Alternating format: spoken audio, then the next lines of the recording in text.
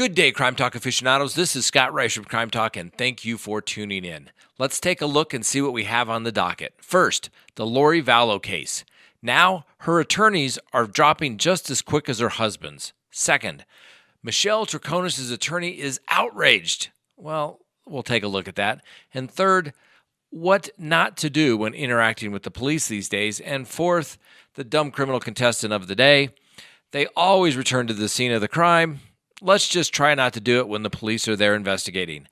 Let's talk about it.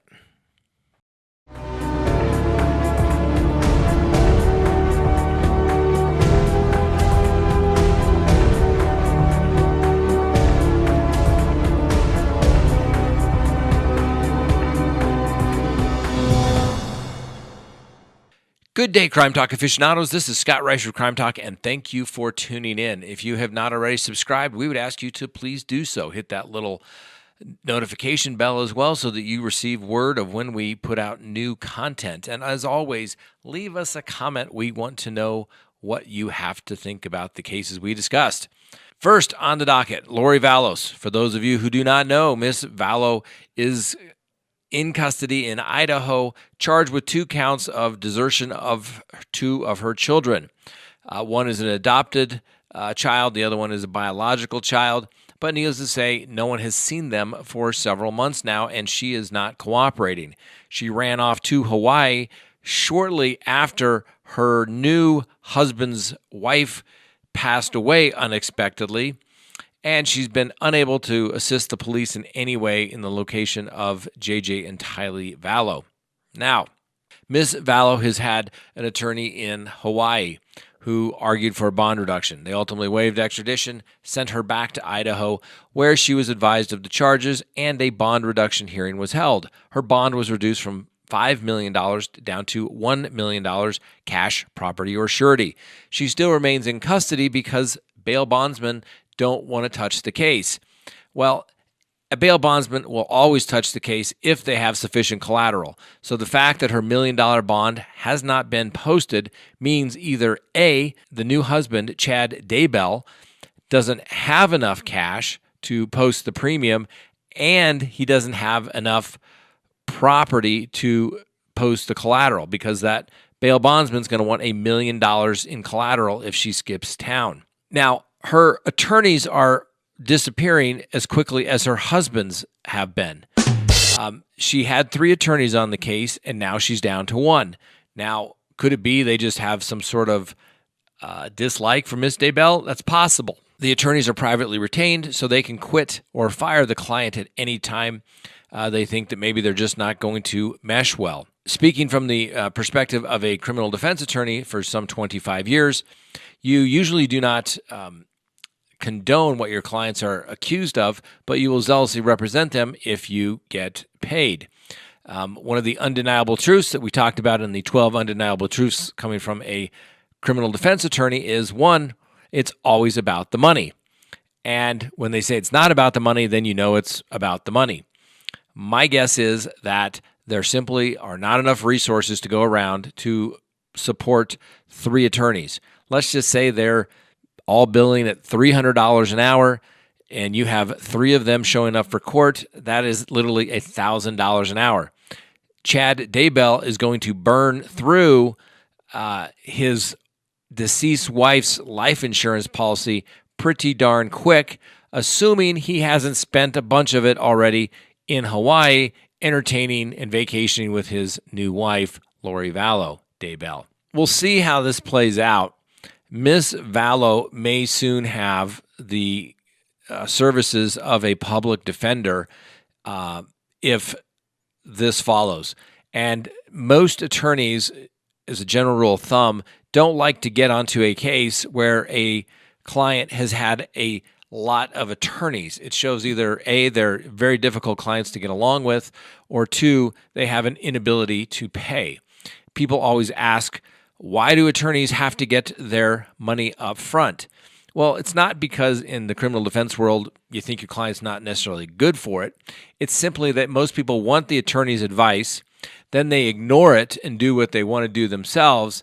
And if you didn't get your money up front, they would simply not pay because they would say, you didn't give them the right advice, even though you did. That's why we put everything in writing. And they did the complete opposite, because everybody thinks they're a lawyer these days with the invention of Google. But let's face it, your Google search shouldn't necessarily replace a law degree. And just because you have a law degree doesn't mean that you are super smart.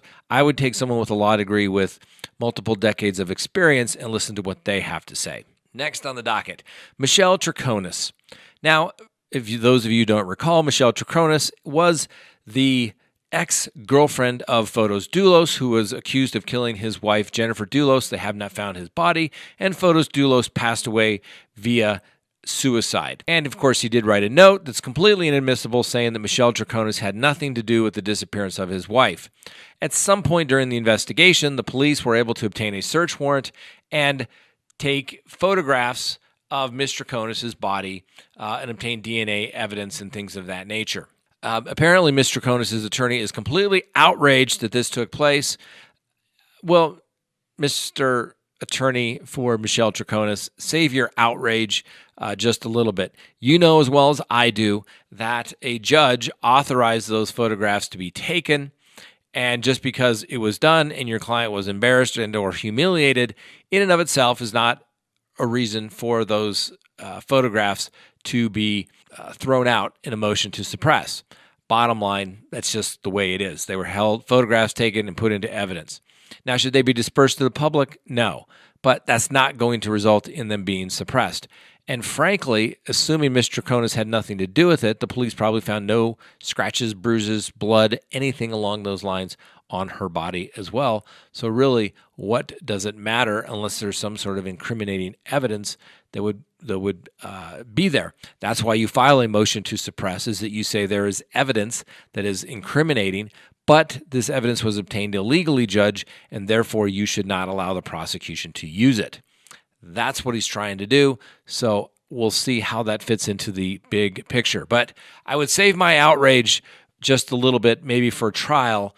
When you start claiming that everything is a travesty of a mockery of a sham, you lose a little bit of credibility. You have to save the travesty of a mockery of a sham for the extreme cases, no doubt. Next on the docket, what not to say when interacting with police these days? Well, let's use a real-life example of what not to say to the police. Well, Leah Piazza, 28.